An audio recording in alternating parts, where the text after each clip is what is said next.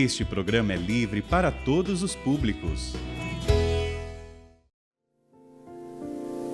Eu tenho uma observância diária, que é um fruto do aprendizado, e tem ficado cada vez mais intenso em mim, que eu gostaria de partilhar com vocês neste início de programa, que é a minha observância do tempo.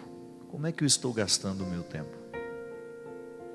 Eu acredito, minha gente, que a gente fica mais feliz, se é que a gente pode dizer assim. Vocês sabem que eu prefiro mais o conceito de realização do que o conceito de felicidade. Às vezes o conceito de felicidade, quando ele nos ocorre, ele vem muito vazio, né? E a gente acaba limitando a felicidade a alguns momentos. Não estou falando disso. Estou falando de sentir-se satisfeito, mesmo tendo problemas e dificuldades na vida. Porque às vezes a forma como as pessoas compreendem a felicidade exclui as dificuldades da vida. E não é verdade isso. Nenhuma pessoa pode viver fora das dificuldades da vida. E nem por isso nós estamos impedidos de sermos felizes. Quando a gente fala em realização humana, parece que nós compreendemos as dificuldades como partes irrenunciáveis na nossa vida. Então eu me sinto mais realizado à medida em que eu tenho uma boa relação com o tempo.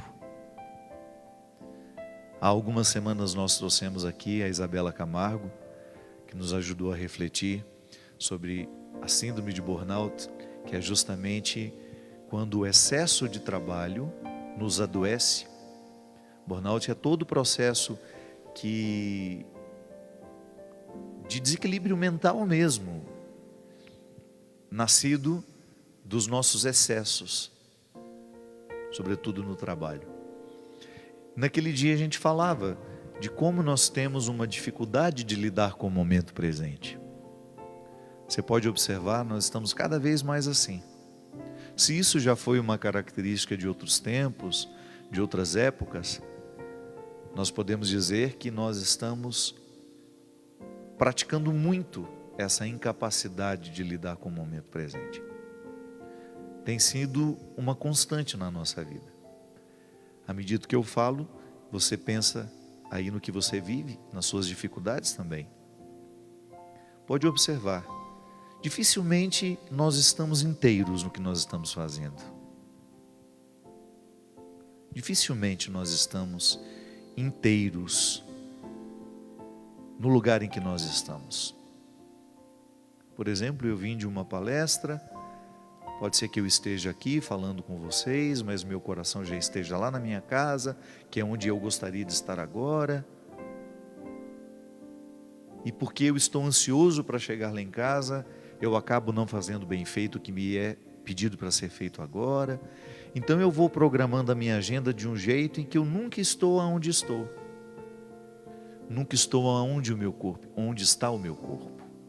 E é estranho isso, né? Parece que a gente não coloca a nossa totalidade naquilo que a gente faz.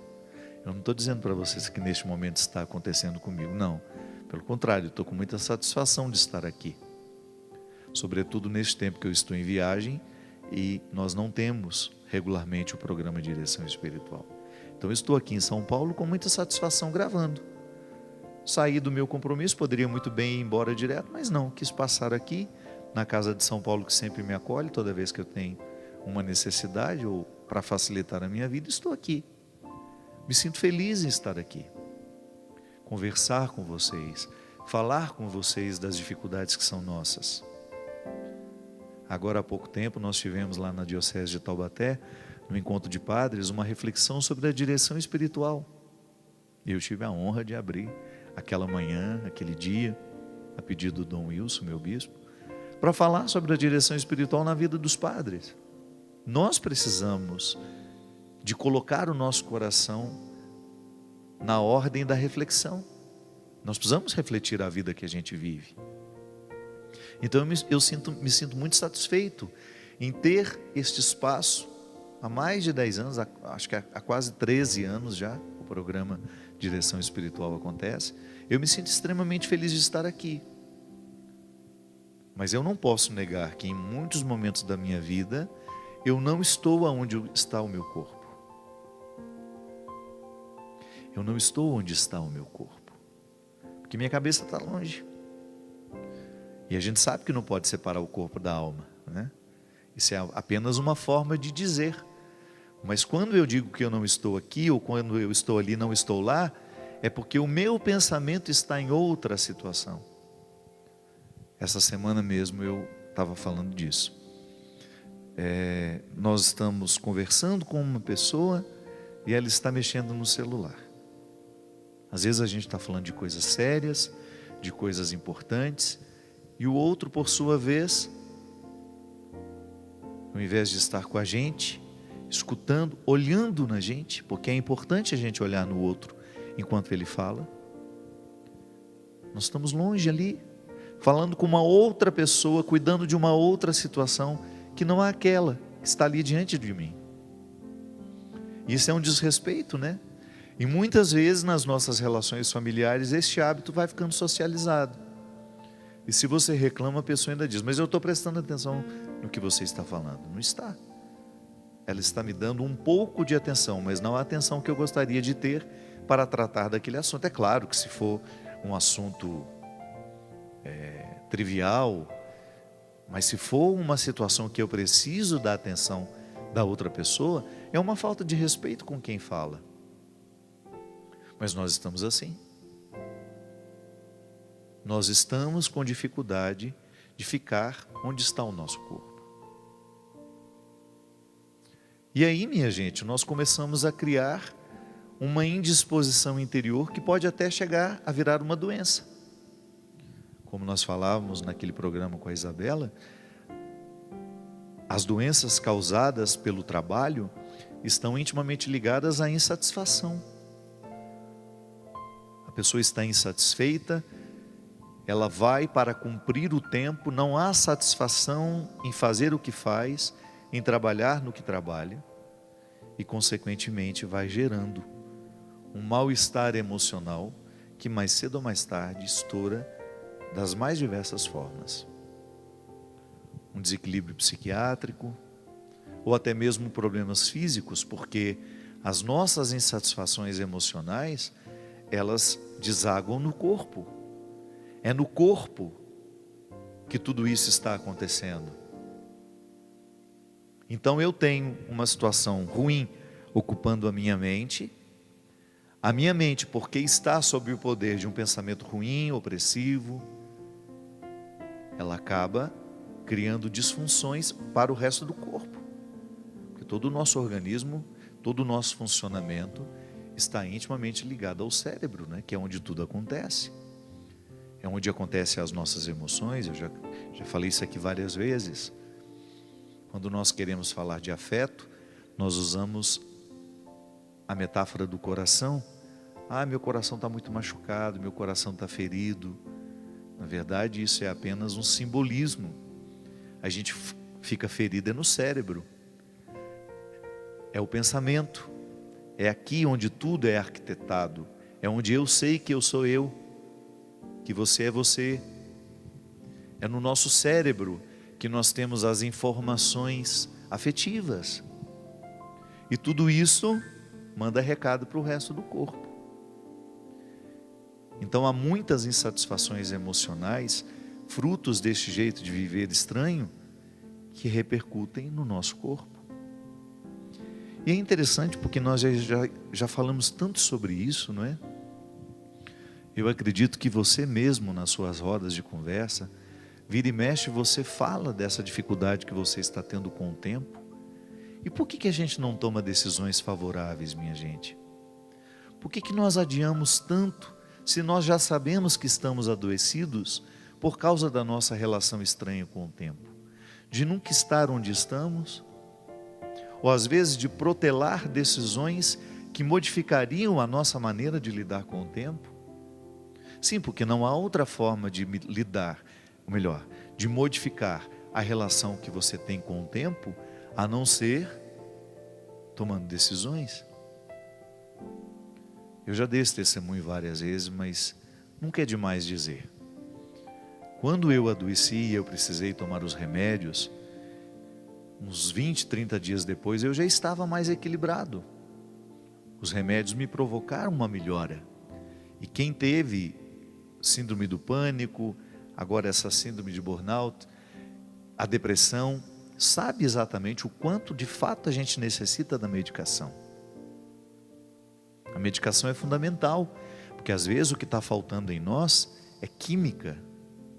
O organismo, por causa do estresse que a gente vive, nós não temos a produção hormonal que nós deveríamos ter. Nós não temos, por causa das vezes da nossa alimentação desregrada, descuidada, a gente não tem os nutrientes necessários, justamente por não termos uma atividade física, por não produzirmos as enzimas, os hormônios necessários para o bem-estar, porque o corpo todo ele é movido por hormônios. Hormônios para acordar, hormônios para ficar mais feliz, hormônios para dormir.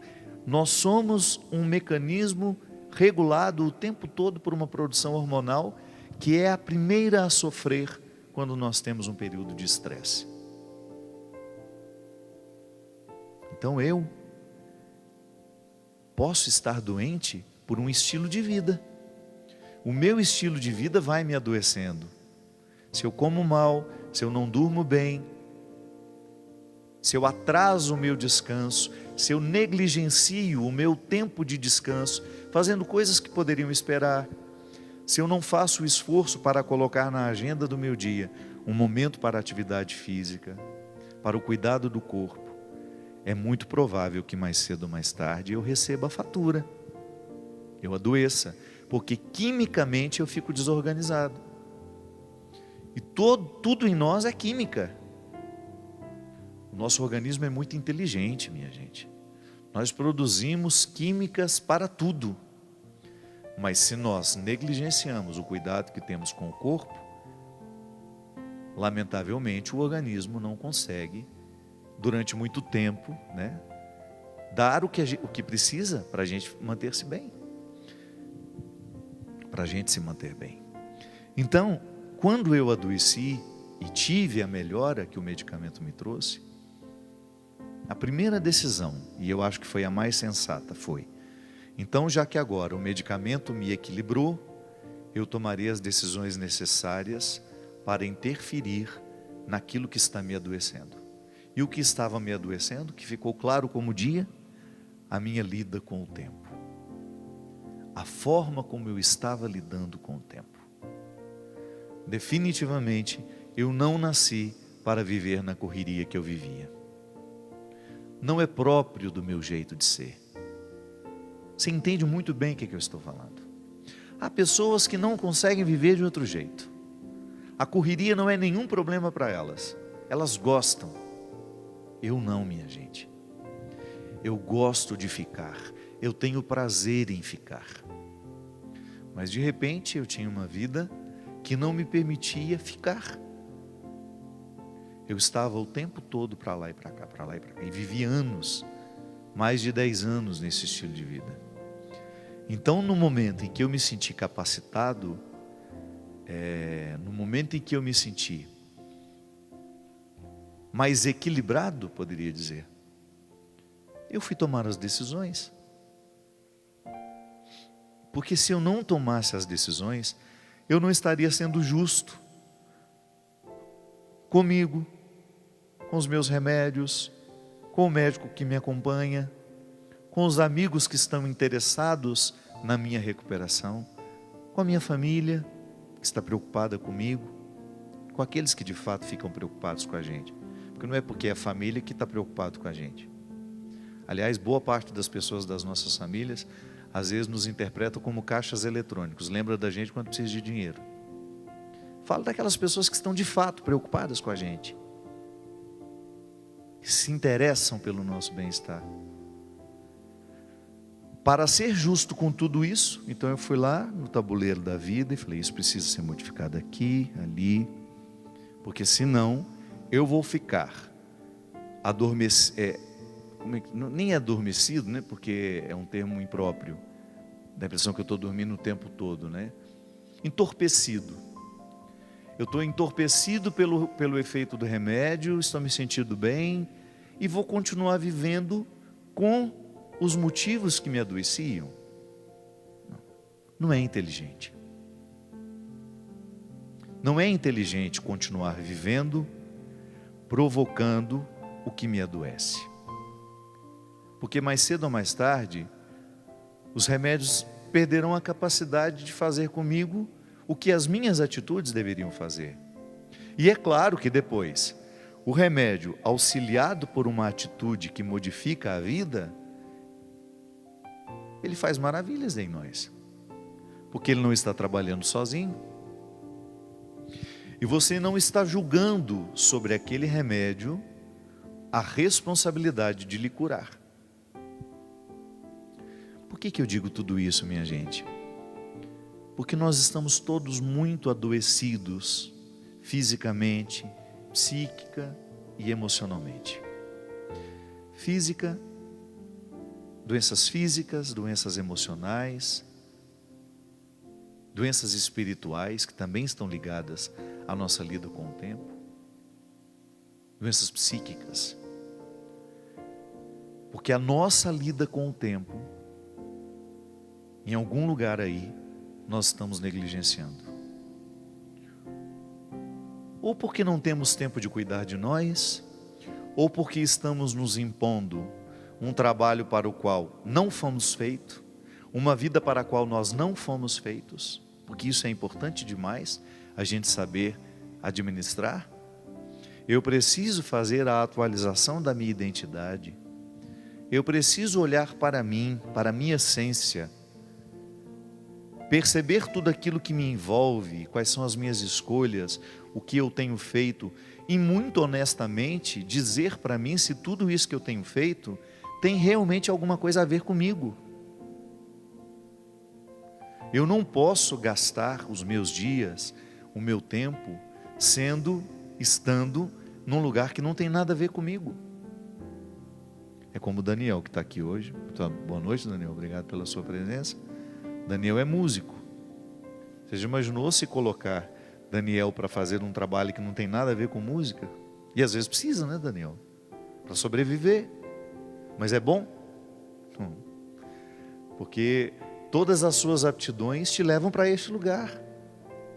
Por isso é tão triste nós vermos os nossos artistas de verdade, viu? Eu não estou falando desses que borram tintas, não. Estou falando artistas. Como o nosso querido Hélio Petros, lá em Mariana, para mim uma das maiores expressões vivas de um verdadeiro artista. De um homem que pega um bloco de cedro e retira uma imagem dali de dentro, com uma perfeição, um trabalho que leva tempo. Não estou falando disso que hoje às vezes as pessoas chamam de arte, que está muito mais ligado ao entretenimento. A gente pega umas coisas aí cheias de sujeira e falam que isso é arte. A pessoa não levou nem 15 minutos para fazer aquilo. Estou falando de arte de verdade. Um artista, por exemplo, que não consegue sobreviver do seu trabalho, ter que fazer uma outra coisa, é muito triste. Ou vocês aqui todos que estão trabalhando na equipe técnica, se vocês não gostam do que fazem, é cruel. O Paulo que me acompanha para baixo e para cima, Paulo gosta de dirigir, não é verdade, Paulo? Paulo tem satisfação de dirigir. Imagina se ele não gostasse. Nunca vi esse menino mal-humorado. Nesses longos anos que eu estou com ele, já vi cansado. Mas mal-humorado, insatisfeito, não. Sempre disposto, disponível, me ajuda muito mais. Vai muito além da função de motorista. Mas está feliz. Retira ali do seu trabalho o sustento da sua família, mas retira com felicidade, com alegria. Gente, é muito triste a gente ter de passar uma vida inteira trabalhando numa situação ou num lugar, num ofício que não tem nada a ver com a gente. É por isso que você que está aí com filhos, no processo de escolha do que farão da vida, deixe os filhos manifestarem o que eles gostam. Lá se foi o tempo em que a gente obrigava filho a fazer aquela faculdade, porque essa era a profissão do seu pai, essa é a profissão da sua mãe, e você tinha muito orgulho deles, tá bom, Mantenha essa alegria, esse orgulho que você tem dos seus pais, mas não imponha aos seus filhos que eles vivam aquilo que você gostaria de ter vivido. Porque essa é a sua lida com o tempo. Esse tempo não vai voltar. O tempo que você está sendo infeliz num determinado lugar, num relacionamento, numa situação, este tempo não volta. Este tempo não volta. Tome a decisão que seja favorável a você e, consequentemente, você favorece as pessoas que estão ao seu redor, porque gente feliz não incomoda outras. Pode observar, as pessoas mais difíceis, aquelas pessoas que estão sempre aborrecidas, sempre chateadas com a própria vida, elas têm dificuldade de ver a alegria e a felicidade das outras. São pessoas pesadas, difíceis. Por quê? Elas não estão felizes na lida com o tempo. Então a lida com o tempo, a sabedoria na lida com o tempo é fundamental para que nós tenhamos a satisfação de você perceber que você está no lugar certo, fazendo a coisa certa. Nada pode ser superior a essa alegria, minha gente. Saber que estamos fazendo a coisa certa. Porque lá você vai enfrentar dificuldades, mas você enfrenta com alegria. Se você escolheu a profissão que você de fato gosta, nem é que vai te deixar mais rico. Porque às vezes as pessoas, porque querem uma profissão que vai dar mais resultado financeiro, para isso abrem mão da felicidade. Muito embora os nossos filhos estão muito mais livres para isso. Eu percebo essas gerações mais jovens muito mais interessadas em ficarem realizadas, em ficarem felizes, do que acumulando dinheiro. Aliás, olham para nós, olham para os pais que trabalharam a vida inteira e não tiveram nem tempo de desfrutar do resultado do trabalho, com uma crítica. Eu não quero viver assim. Quantos pais hoje estão com dificuldade de passarem as suas empresas para os filhos, porque eles olham para os pais, observam como eles viveram este tempo em que tiveram aquela empresa, percebem que não foram felizes porque ficaram administrando para ter dinheiro, para isso, para aquilo. Eles olham e falam: ixi, eu não quero isso para mim não. A transição é muito difícil, porque às vezes os nossos filhos estão olhando para o nosso jeito de viver, estão tendo muita sabedoria, muita sensibilidade em perceber que nós não soubemos lidar com o tempo. E eles não querem cometer o mesmo erro. E eles estão certos. Não tenha vergonha de repente, você perceber que você está precisando do conselho do seu filho. Ele está mais livre do que você. Ele está tendo mais condições de lhe ajudar com o conselho do que você a ele. Às vezes os papéis se invertem, não tem nenhum problema. Às vezes o seu filho já está desfrutando de uma liberdade, de uma coragem de ser quem ele é, que chega até a te incomodar. Incomoda porque nós, quando não conseguimos alcançar o melhor de nós, a gente tem uma tendência a querer que os outros também não alcancem o melhor deles. Então há muita gente jovem que está conseguindo viver com responsabilidade. Eu não estou falando de libertinagem, não, estou falando de fato levar a sério a realização humana. Eu nasci para isso, eu quero trabalhar com isso, não me importo que vou ganhar menos, sei que contrario o meu pai, mas eu quero fazer o que me dá prazer, o que me dá satisfação. E você fique tranquilo, porque lá onde dá satisfação, ele vai encontrar as dificuldades da vida. Que às vezes nós temos esse discurso, né? Eles querem o que é mais fácil. Não é não. Até onde a gente é feliz, nós temos dificuldades. Só que são as dificuldades certas. Uma coisa é eu ter de enfrentar os desafios do meu ofício, do meu modo de viver, e estar feliz assim. Outra coisa é eu viver os desafios de uma situação que não é minha, que não é para mim, que não tem nada a ver comigo. Aí sim é um sofrimento dobrado. Por isso, minha gente, fiquemos atentos. Deus nos acorda para isso o tempo todo, para que nós sejamos as pessoas certas, nos lugares certos. E vale a pena a gente refletir sobre isso. Todos os dias antes de dormir, hoje eu fui quem eu poderia ter sido? Hoje eu fiz o que de fato me cabia fazer? Eu fui honesto comigo? Eu busquei a melhor parte? Eu fui honesto em querer, em lutar, em trabalhar, em vencer as dificuldades para ter condições de assumir o meu lugar no mundo? Esse é um indicativo de realização humana, quando a gente percebe que nós estamos vencendo dificuldades que fazem sentido. São sofrimentos que fazem sentido, porque eles estão contribuindo para o nosso crescimento. Aliás, é um aspecto que vale a pena a gente pensar, né? A gente não tem como medir o cristianismo da gente. Não existe régua para saber o quanto a gente já é cristão. Mas há alguns indicativos interessantes para a gente prestar atenção. Um deles é a qualidade das nossas amizades. Nós temos bons amigos, construímos bons amigos. Que eu acho interessante que às vezes a peregrinação é uma feliz oportunidade de construir bons amigos. Porque ali você encontra pessoas que talvez estejam vivendo as mesmas buscas, e isso favorece demais o encontro. A gente vai ficando cada vez mais exigente no que diz respeito a relacionamentos. Quanto mais a gente cresce em Deus, maior é o nosso crivo para os relacionamentos. Não é que a gente vai desprezar as pessoas, não é que a gente vai ficar arrogante, orgulhoso, não, pelo contrário. A experiência com Jesus, ela vai nos simplificando. E porque a gente vai ficando mais simples, a gente fica também sem rodeios para dizer o que queremos ou não. Há pessoas que às vezes você tem aquele melindre de nunca poder dizer a verdade. Você sabe que aquele relacionamento de amizade, de proximidade, já não está lhe fazendo bem, porque aquela pessoa só lhe procura para fazer fofoca, ela sempre lhe induz a ficar extraindo de você o que você tem de pior. Eu sempre gosto de dar esse exemplo. Um homem casado que quer ser fiel à esposa, aos seus filhos, à sua família, ele precisa saber muito bem com quem ele anda. Quais são os companheiros, digamos assim, que têm influência sobre ele.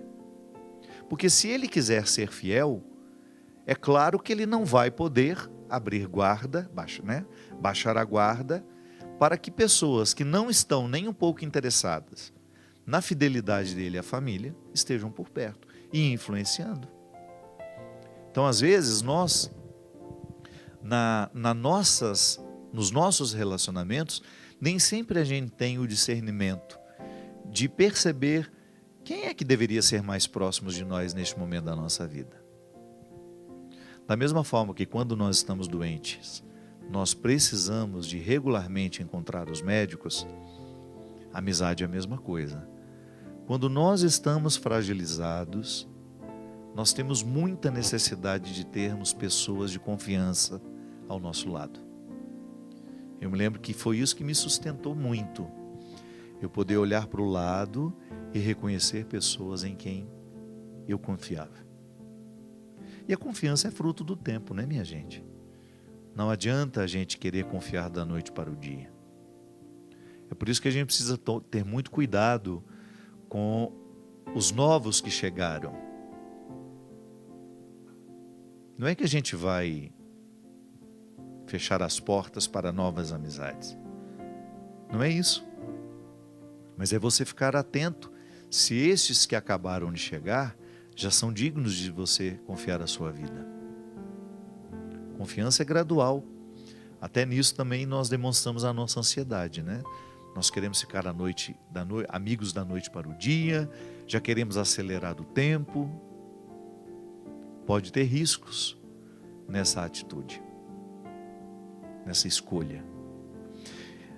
Quando nós falamos de tempo, na lida com o tempo, eu gosto muito desse texto de Eclesiastes, que você já deve ter escutado muitas vezes. Tudo tem seu tempo. Está aqui no livro de Eclesiastes, capítulo 3. Tudo tem seu tempo. Há um momento oportuno para cada coisa debaixo do céu. Tempo de nascer e tempo de morrer. Tempo de plantar e tempo de arrancar o que plantou.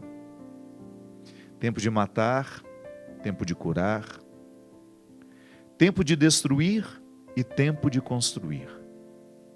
Tempo de chorar, tempo de rir. Tempo de lamentar, tempo de dançar. Tempo de espalhar pedras e tempo de ajuntá-las.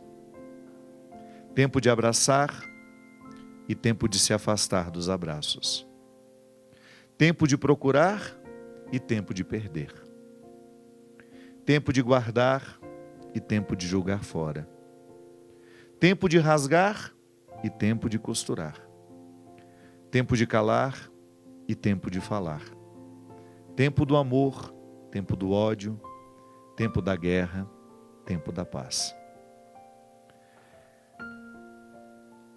Eu acho interessante porque o texto, ele pega os principais verbos que fazem parte da nossa vida e mostra que entre uma realização e outra há um tempo necessário. É igual quando a gente se corta. Quando você corta o dedo, se não precisou dar um ponto, nós vamos ter o tempo da cicatrização, que é o tempo do corpo, é o tempo do organismo reunir todos os elementos da cicatrização. E só vai poder mexer naquele negócio ali depois, novamente, depois que a casquinha cair. Se quando começar a cicatrizar, você vai e mexe novamente de curiosidade, de ansiedade, você atrasa o processo. E às vezes nós fazemos a mesma coisa com as nossas questões. Uma pessoa, por exemplo, que está precisando se libertar de um vício, ela tem que ir dia por dia. Às vezes nem é dia por dia, minha gente, é hora por hora. Quando a dependência é muito intensa, nós precisamos vivenciar uma hora de cada vez. Venci o vício do álcool aqui e agora. Durante esta hora eu consegui ficar distante do copo. Estabeleço uma nova luta para a nova hora, para este novo tempo. E assim a gente vai.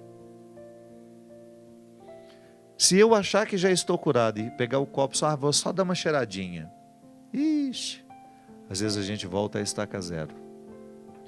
O mesmo a gente faz e percebemos acontecer com outras pessoas quando elas estão tentando se libertarem de relacionamentos abusivos.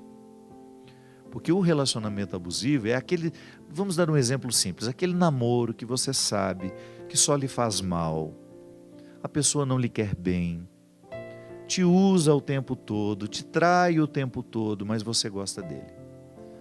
Mas eu não consigo me libertar, eu não consigo viver longe. Pois é, entre a decisão de que você precisa fazer alguma coisa por você, até um resultado final de uma libertação, há um tempo que você não sabe nem precisar quanto será. O fato é que se você não vive a vitória de cada instante, você nunca vai se libertar daquela pessoa. Você será eternamente dominada por ela. Viverá eternamente aquela relação dominante que lhe faz mal, que lhe desfavorece.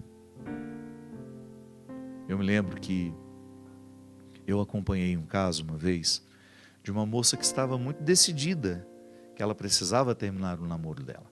Pra você ter uma ideia, ela já tinha apanhado várias vezes do namorado. Violência física mesmo.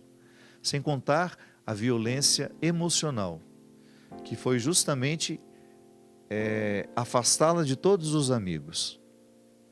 No primeiro momento, ela foi deixando de ter os vínculos que ela tinha, de amizades, deixou de estar com aquela amiga que antes era muito próxima, deixou de estar... Tudo porque ele impunha. Aos poucos ele ia semeando uma discórdia, ele ia falando mal daquelas pessoas para ela. Enfim, ele queria que ela ficasse desprotegida. Porque um amigo pode alertar, né? Olha, abre o olho com esse namorado novo que você arrumou. Pode fazer mal. Quanto mais sozinha a pessoa estiver, mais fácil ela fica de ser dominada.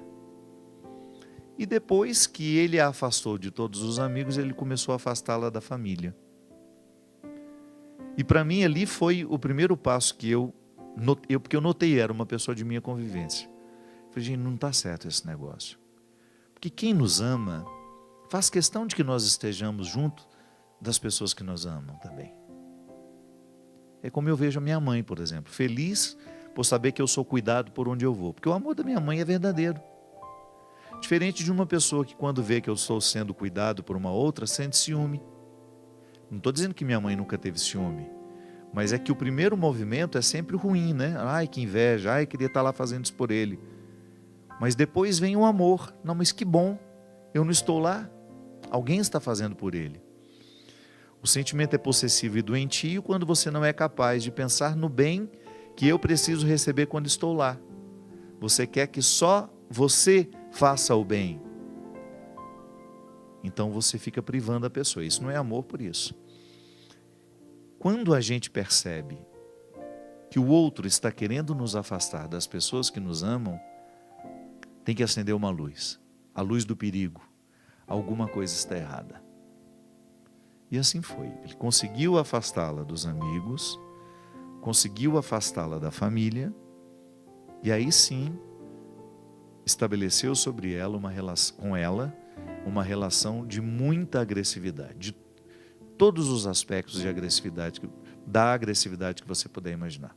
Todos os desdobramentos dela. A violência verbal, a violência emocional e, por fim, a violência física. Eu me lembro que quando me encontrei com ela, eu era um dos que ela tinha deixado de encontrar.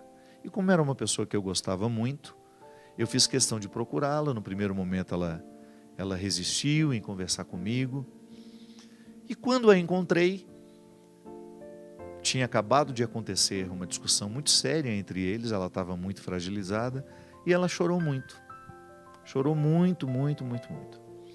E me pediu ajuda. E eu me lembro, minha gente, que a ajuda que ela tanto queria, era muito simples. Ela queria construir dentro dela. Por que é simples e ao mesmo tempo é difícil? Ela queria construir dentro dela a convicção de que aquilo que ele fazia com ela não era o certo. Olha como a pessoa fica frágil. Ela precisava ouvir de alguém que aquilo que ele fazia com ela não era o certo. Que uma pessoa que ama não faz aquilo que ele fazia. Olha a que ponto chega uma pessoa, quando está sob o domínio de outra. Aquilo que nós chamamos o sequestro da subjetividade. Eu tenho um livro sobre isso, que chama-se Quem Me Roubou de Mim. Eu falei, mas por que você precisa que alguém lhe diga isso, se você já sabe? Ela fala, eu preciso acreditar. E eu já não acredito mais em mim. Eu preciso acreditar, eu preciso ouvir isso todos os dias, eu preciso conversar sobre isso, preciso falar com liberdade sobre isso, porque eu tenho consciência que ele me faz mal, mas eu ainda não tenho forças para lutar contra isso. E assim foi. Nos encontrávamos, né, sempre que podíamos, ou nos falávamos pelo telefone, para ela começar a fortalecer dentro dela a vontade, a consciência de que aquela vida que ela estava vivendo não era justa. E eu me lembro, minha gente, que desde essa decisão até a capacidade de largar esse namorado foi mais de 2 anos. Um período longo. Um período longo porque ela recaía sempre. Sempre da mesma forma, sempre do mesmo jeito. Quando ele percebia que ela estava indo embora, que ela estava se libertando daquele relacionamento, daquele sequestro que ele tinha estabelecido para ela, ele se fazia de vítima. Dizia que precisava dela, que precisava conversar com ela. E sempre tinha uma desculpa. Ou era uma roupa que ele tinha esquecido na casa dela, que ele precisava buscar. Ou era uma coisa de cartão de crédito, de que ele estava devendo a ela, não sei mais o quê. E ele começou a perceber que isso dava certo. Ele sabia exatamente como mexer as peças do tabuleiro. E ela sempre caindo na história dele. E cada vez que ela caía, porque eles voltavam. Eu preciso ir aí buscar uma camiseta que eu tenho certeza que está aí. Ela falava, não, eu mando para você a camiseta. Passava 10 minutos e ele estava lá na porta. Aí, todo carinhoso, já não era mais aquela pessoa agressiva que era. Ela voltava a estaca zero. Aí, quando tinha coragem de me contar porque voltou, porque às vezes nem contava, eu ficava sabendo pelos outros, meu Deus, voltou novamente. Que eu perguntava, ela falava, eu não te contei, porque ele está tão diferente, eu tenho certeza que você não vai, eu sabia que você não ia acreditar, eu prefiro acreditar nele de novo. Enfim, minha gente, tudo resultado de uma dependência que aconteceu e de uma pessoa que não está sendo capaz de viver a transição da libertação, porque toda libertação requer um período de transição. Ninguém fica liberto de uma dependência emocional, de uma dependência química da noite para o dia. Da mesma forma como a gente também não fica viciado da noite para o dia. O relacionamento abusivo também não se estabelece da noite para o dia. Aos poucos. Aos poucos que a imposição vai acontecendo. E aí ela ficou nessa lenga-lenga durante 2 anos. Eu me lembro que quando teve o último episódio entre os dois, até a polícia foi chamada. Porque ele a agrediu muito e agrediu na casa do pai dela. O pai dela não estava, quando chegou, aquela confusão, aquela história toda, enfim. E eu sempre dizia para ela, se você não tiver coragem de corrigir esse vínculo agora, mais cedo ou mais tarde isso vai terminar em tragédia. Porque já não há mais respeito. E ela sempre fala, mas o que eu faço? Eu não consigo. Pois é, você consegue. Você precisa conseguir um pouco de cada dia. Hoje você venceu a dependência dele.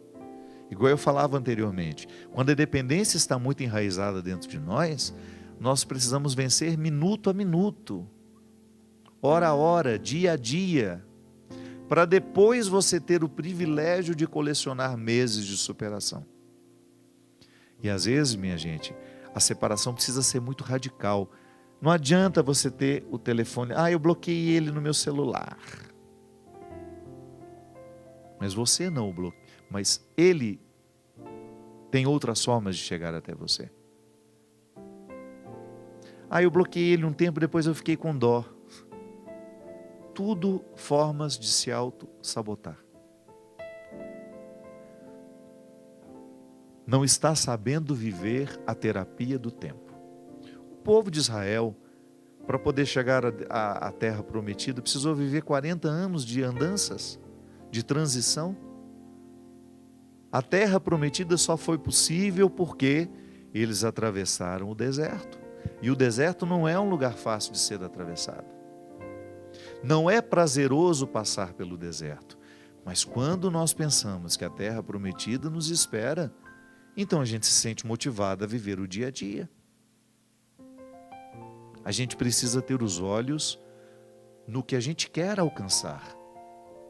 E não é fora de nós não, que às vezes nós colocamos, a gente pensa muito rapidamente quando a gente fala em alcançar alguma coisa, a gente sempre fala de um resultado financeiro, de uma casa que a gente quer comprar, de um apartamento, de um emprego, de uma faculdade que a gente quer fazer.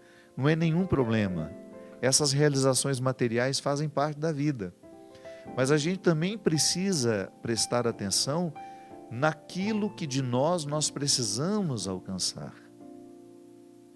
No que queremos alcançar. Eu quero ser um homem mais livre. Então, quando eu olho para o futuro, eu vejo o Fábio muito mais livre do que é hoje. Mais livre do que os outros pensam, do que os outros acham. Nós, às vezes, somos muito aprisionados, porque nós temos medo do que os outros estão pensando de nós, do que os outros estão achando de nós. Não faz sentido. Quais são as opiniões que importam? Aquelas que estão comprometidas com a nossa verdade. As pessoas que de fato fazem parte. O conselho que nós estabelecemos para nos aconselhar, para nos influenciar. Aí sim faz sentido prestar atenção. Mas todos nós, de alguma forma, precisamos. Há algo a ser alcançado longe, não aqui agora. Não é um apartamento, não é uma casa, mas é um jeito de ser que eu quero alcançar. Como essa menina, que sabia que precisava alcançar nela a libertação. Porque a libertação do rapaz que a oprimia não estava fora dela. Era dentro dela, aqui, uma dependência química. Porque sim, da mesma forma como uma pessoa depende da maconha, depende da cocaína, depende do crack, nós também podemos depender uns dos outros. Isso é dependência química. Relacionamento também pode ser classificado como tóxico. Um relacionamento que vicia. Eu estou viciado naquela pessoa. Igual uma pessoa viciada na cocaína. Sabe que a cocaína faz mal, mas não consegue parar de usá-la. Há pessoas que estão viciadas em outras. Sabem, já estão cansadas de saber que aquela pessoa faz mal, que a proximidade com ela é tóxica, não traz benefícios, mas não consegue mudar. Então o que nós precisamos alcançar não está fora de nós, é aqui dentro. Preciso cortar esse visgo que me prende. Preciso ser livre. E foi interessante porque aquela menina, com muita luta, com muita dificuldade, não foi fácil. Ao final de tudo, ela conseguiu arrancar aquele menino da vida dela. E ele a infernizou ainda por muito tempo. Mas graças a Deus, ela estava muito fortalecida, muito consciente de que ela havia tomado a melhor decisão, não estava arrependida por mais sofrida que estivesse, e o sofrimento vai diminuindo aos poucos, né? Ele vai se acomodando. Ninguém fica eternamente apavorada com aquele sofrimento de perda que tem quando rompe com uma pessoa que você ama muito. Ou amo, ou é dependente, eu não sei que nome que dá isso. Mas o fato é que ela estava, naquele momento, consciente de que foi benéfica para ela, aquela ruptura. E ela alcançou, finalmente, a libertação. E ficou atenta aos novos relacionamentos, que eu dizia isso para ela. Cuidado, porque às vezes é o seu jeito de ser que favorece o relacionamento abusivo. Tenha mais coragem de dizer o que você não gosta. Manifestou uma primeira agressão verbal, para ali naquela hora. Olha, se for continuar desse jeito, eu não quero. Aproveita enquanto você é livre, enquanto não está vinculada, enquanto não está apaixonadíssima. E corta pela raiz. Coloque os limites que você acha justo. Que é assim que a gente vence. É processo, minha gente, um dia de cada vez. E eu sei que às vezes nós queremos que as coisas se resolvam da noite para o dia. Não existe isso. Tudo é processual. Tudo passará o tempo todo pelo cultivo das nossas esperas. E quando a gente sabe que nós estamos no caminho certo, vale a pena viver cada minuto dessa espera. Porque o tempo, esse que se estende diante de nós, será sempre favorável àqueles que querem chegar. Muito obrigado pela sua companhia. Que Deus derrame muitas bênçãos sobre você. Se você estiver necessitando de viver uma ruptura, um fim de dependência emocional, afetiva, se você está precisando tomar uma decisão no seu trabalho, que a bênção de Deus lhe fortaleça, para que você possa agir favoravelmente à sua superação ou ao seu crescimento.